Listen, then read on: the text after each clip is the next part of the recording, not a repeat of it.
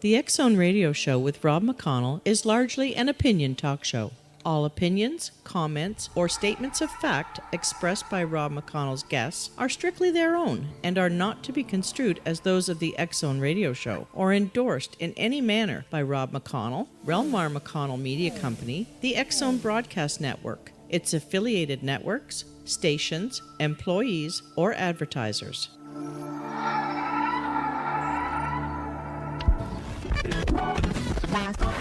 All Hit Radio.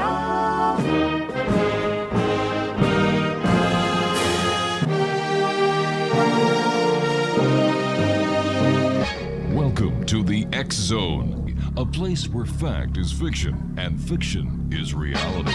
Now, here's your host, Rob McConnell.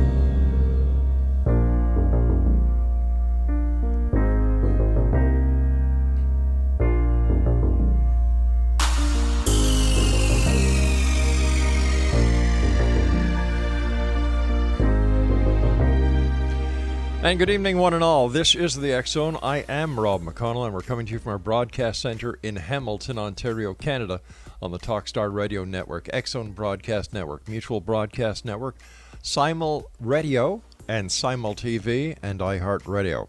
If you'd like to send me an email, xzone at xzoneradiotv.com, on all social media sites, X Zone Radio TV. And if you'd like to check out the broadcast schedule that we have available for all our programming on the X Zone Broadcast Network, which are brought to you with our compliments, visit www.xzbn.net. My first guest tonight is Tim Scullion, and he is the author of Haunted Historic Colonial Williamsburg, Virginia, with Breakthrough Ghost Photography. Is a first in the world of the paranormal researcher. Tim Scullion has completed a 2-year photographic study of the Williamsburg. Out of over 10,000 photographs, only the very best were chosen, 230 to be exact, document ghosts and apparitions of all sizes, shapes, and colors. He has unlocked techniques to consistently photograph residents of the other side and has included historical background as well as paranormal experiences and personal insights to accompany each house and building in the world's largest living museum. Joining me now is Tim Scullion. And Tim, welcome to the X Zone. Thank you so much. Glad to be here, Rob. Hey, congratulations on your new book. I'm anxiously awaiting the publication because it's got some brand new things in it. They're very different from the first book that I wrote, and I'm very excited to have it out.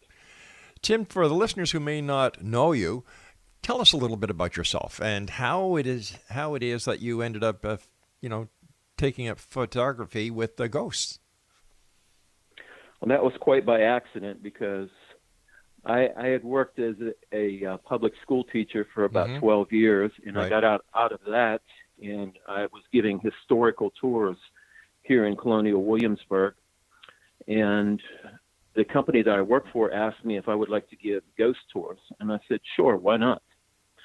So they handed me a script. I memorized the script, and I started taking groups of about 25 people out through Colonial Williamsburg and telling them the ghost stories. So what I would see every once in a while is somebody getting on their cell phone. And by the way, this was in 2011 when cell phone cameras were not that good. No, that's right. But I would see them getting paranormal photos, and it got me thinking. Because I was a skeptic and I just knew I had to change.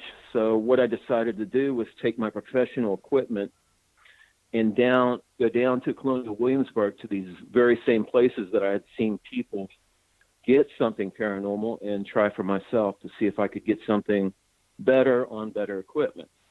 And so that started my 2-year odyssey for that first book.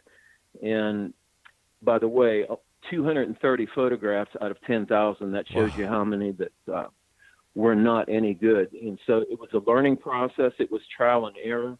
I'm not psychic in any way, and no, I don't see the ghosts in the photo when I'm taking the photograph. So is the photograph, is it like an EVP? Is the photograph like an EVP? You only see the photo, the ghost after the photo has been taken when you review the photos, like EVPs are audible after the recording is done? Exactly. Now, okay, well, you know the size of a review screen on any type of camera. It's Yes. quite small. Yeah. And so what I have to do is I have to get the photograph home, Mm-hmm.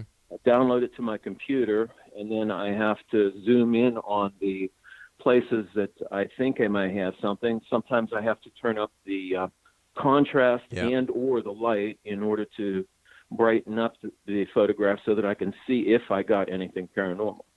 And, the chances, as you could see by the statistics, are about 1 in 50 that I would get something. Right.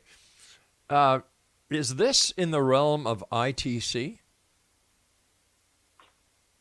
I'm not sure what you're referring to. Okay.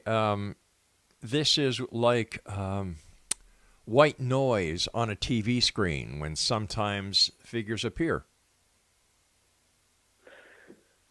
Okay, I don't know if I would call it the realm of ITC, but Okay. what I do know is that from my observation and from the many photographs that I've taken, is that spirits, ghosts, whatever you want to call them, they're incredibly fast.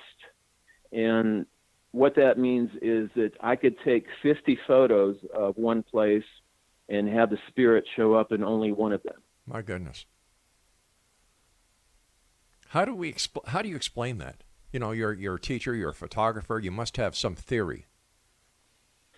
Well, I've adapted a theory of physicist Janusz Lewinsky. Right. And what he said was that he made the hypothesis that ghosts, spirits, they are nothing more than an electromagnetic consciousness.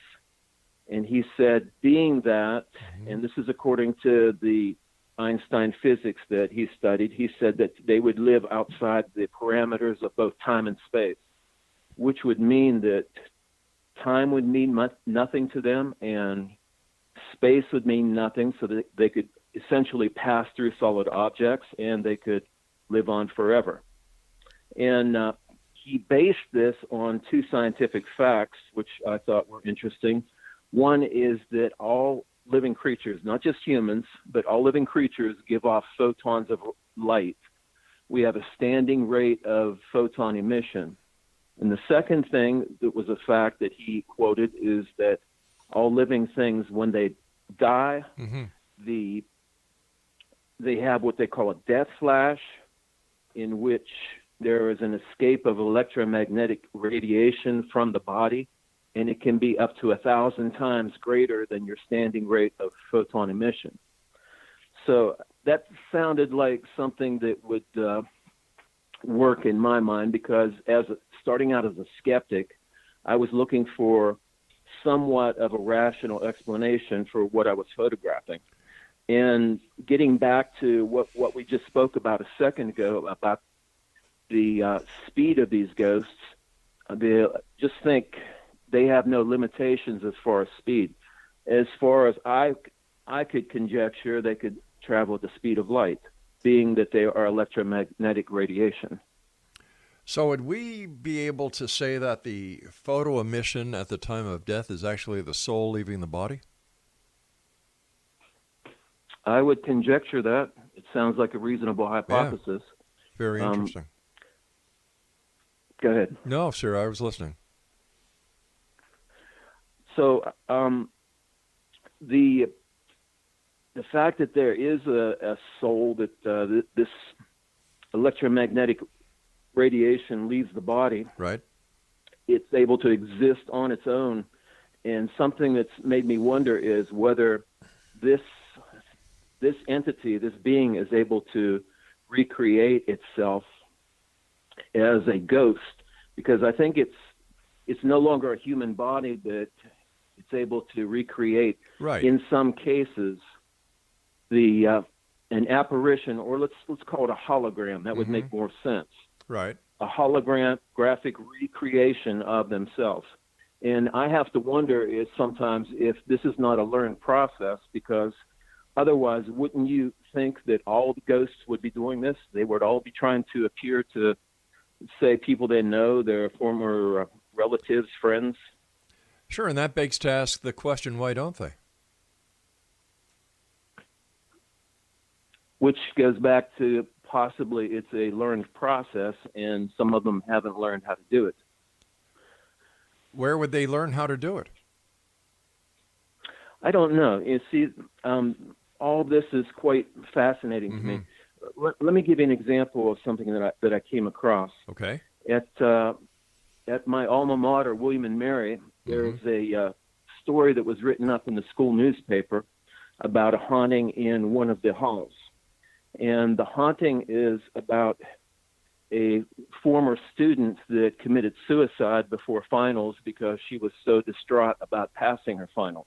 Yeah. Now, what they say is occurring in the hall, this is called Tucker Hall, is that in this case, two students were making a film on a computer in that same building, and evidently the ghost was able to learn how to operate the programs, how to alter the programs, how to bring in photographs from the internet and randomly place them on a movie that they had made.